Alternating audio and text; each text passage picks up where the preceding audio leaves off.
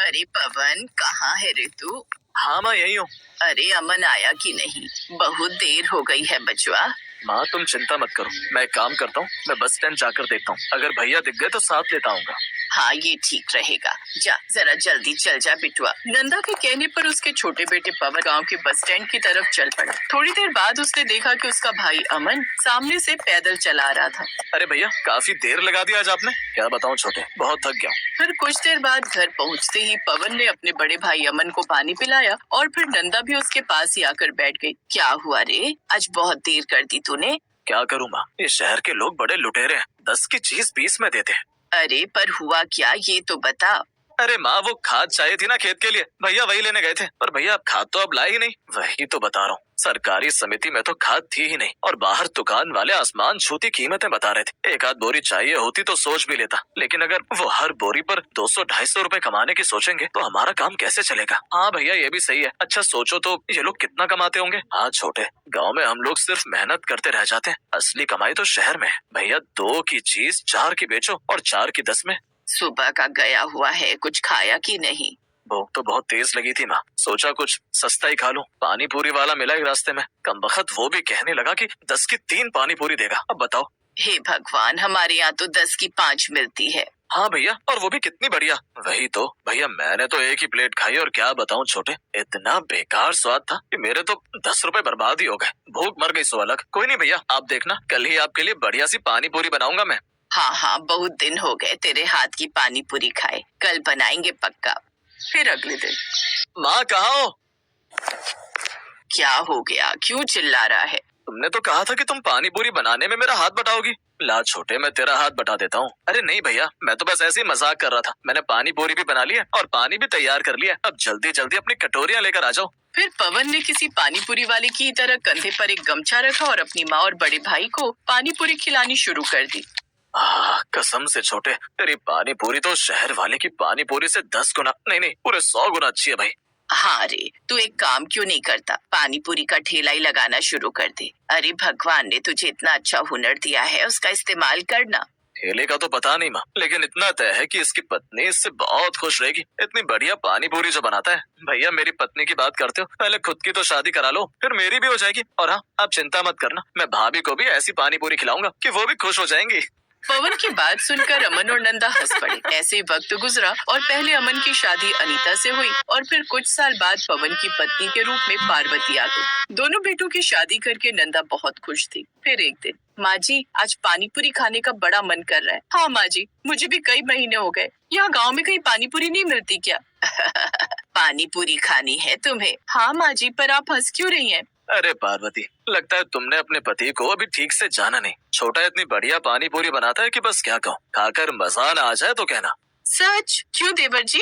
चलो जी, तो आज सबको पानी पूरी खिलाऊंगा। उस दिन पानी पूरी बनाने में पूरे परिवार ने पवन का साथ दिया। फिर थोड़ी देर बाद, जल्दी से कटोरा लाती हूँ, मुझसे तो रुका ही नहीं जा रहा है। हाँ पार्वती, सबके लिए ले आओ, जरा हम भी तो खाकर देखें। पवन की पानी पूरी का स्वाद नंदा और अमन तो पहले से जानते थे, लेकिन उस दिन पार्वती और अनीता भी दाद दिए बिना नहीं रह सकी। और फिर सच कहती हूँ भैया, आप तो ना शहर चले जाओ और वहाँ जाकर पानी पूरी बेचो। वहाँ आप 10 की 3 भी दोगे ना तो लोग टूट पड़ेंगे आपकी दुकान पर। हाँ, ये बात तो एकदम सही है। मैंने तो अपने जीवन में इससे अच्छी पानी पूरी कभी और कहीं खाई नहीं। उस दिन भी ये बात आई गई हो गई। ऐसे कुछ साल और बीत गए और फिर एक दिन परिवार में नया मेहमान आ गया। अमन और अनीता ने एक बेटे को जन्म दिया। वक्त गुजरता गया और बबलू बड़ा होता गया। बबलू पवन का बड़ा लाडला था। और फिर एक दिन, भैया इस बार तो भयंकर सूखा पड़ा है, क्या बोएंगे क्या खाएंगे। हाँ छोटे, मेरे खुद समझ में नहीं आ रहा कुछ। भैया एक बात कहूँ, अगर आपको ठीक लगे तो हाँ बोलना। मैं शहर जाना चाहता हूँ, सोच रहा हूँ वहाँ जाकर मेहनत मजदूरी करूंगा। यहाँ खेती करने लायक तो वैसे भी कुछ नहीं बचा है। तू ठीक ही कह रहा है, अगर अम्मा ना होती तो मैं भी तेरे साथ ही चलता। दोनों भाई वहीं रहते, खूब मेहनत करते और पैसा कमाते। हाँ भैया, लेकिन आप चिंता मत करो, मैं शहर से थोड़े मोड़े पैसे भेजता रहूंगा। शाम को ये बात परिवार के सामने रखी गई तो सभी ने भारी मन से पवन को शहर भेजने के लिए हामी भर दी। लेकिन परिवार का पेट पालने के लिए पवन का जाना जरूरी था। और फिर, पवन भैया, आप मेरे कहने से काम करोगे? हाँ भाभी बोलो ना। उस दिन मैं और पार्वती झूठ नहीं बोल रहे थे। शहर जा ही रहे हो तो एक बार अपनी किस्मत आजमा कर तो देखो। पानी पूरी का ठेला लगा लो ना, देखना बहुत कमाई करोगे। हाँ, ये तो मुझे भी लगता है।